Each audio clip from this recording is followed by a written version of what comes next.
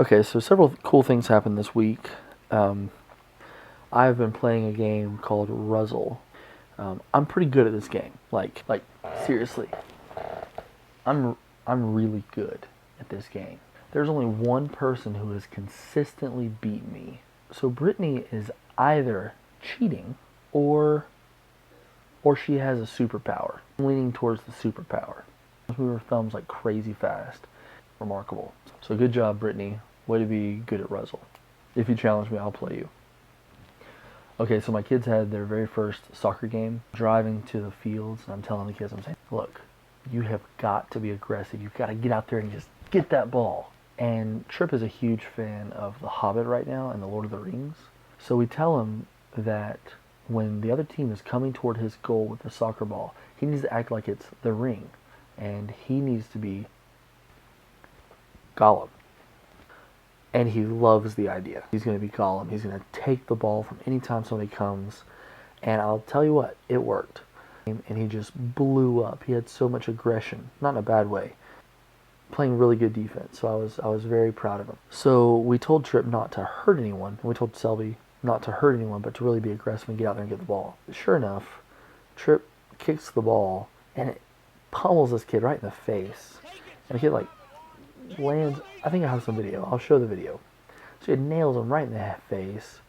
He turns and looks at me and is like, ee.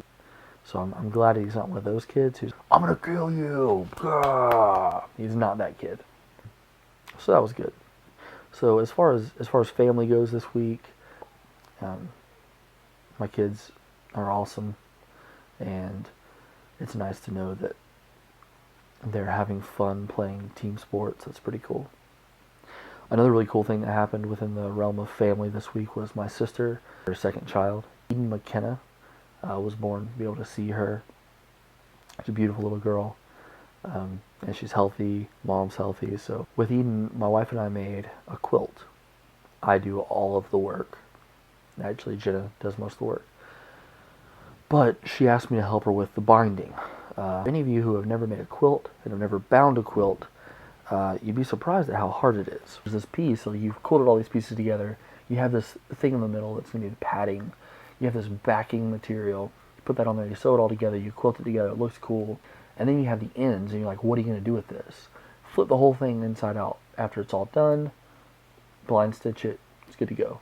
And yes, I did take home economics in middle school, and that was awesome. These skills are coming back. So yeah, so we made this binding, and it's like really great. Probably the best binding ever. Yeah, easily the coolest quilt ever made. Anticipate more quilts with binding in our future. I realized in work this week that I really like to collaborate with people who are really good at what they do.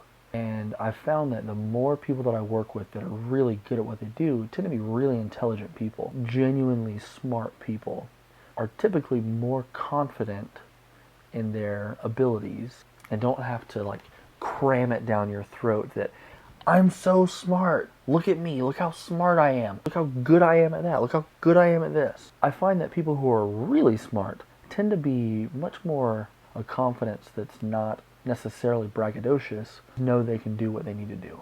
As I gain skills in different areas of my life, I want to be able to exude a sense of confidence and just be good at what I do. I mean, I've also worked with people who aren't very good at what they do.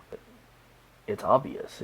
Their work just isn't very good. The theory is basically people who think they're really good at something, but they're not, tend to force it down your throat more. People who are really good at what they do, and they're just confident knowing that they're good at it, they don't have to tell you they're good. Their actions speak for them.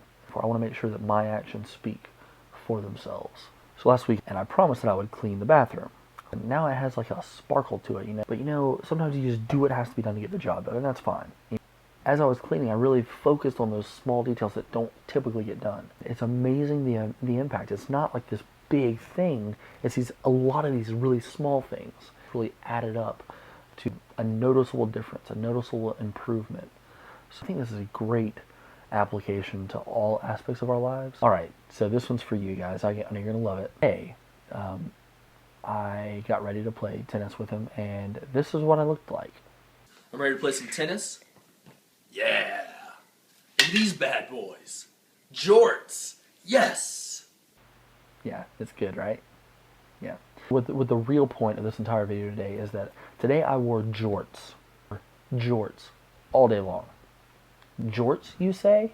What are jorts? Well, jorts are jean shorts. Yes, and these are particular jorts were cut-off jorts.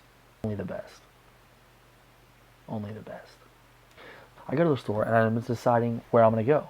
Usually I shop at Publix. Sister is a hardcore Publix person, so it's kind of an unwritten rule. You have to go to Publix if that's, if you have an option. But Winn-Dixie was closer, and I thought about it and I said, I'm wearing jorts, so it's probably applicable to go to Winn-Dixie today.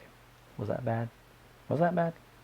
Comment if you feel like I was wrong when I said that Winn-Dixie was a place that would respect my jorts slightly more than Publix. So there's a lot of things I wanted to learn this week, a lot of things that I kind of picked up, small things, but I just didn't have time to note them and put them in this video. So next week, look for some super cool, interesting tidbits. Take it, Trip! There you go, go, go, go, go! Come on, Juan, go do it!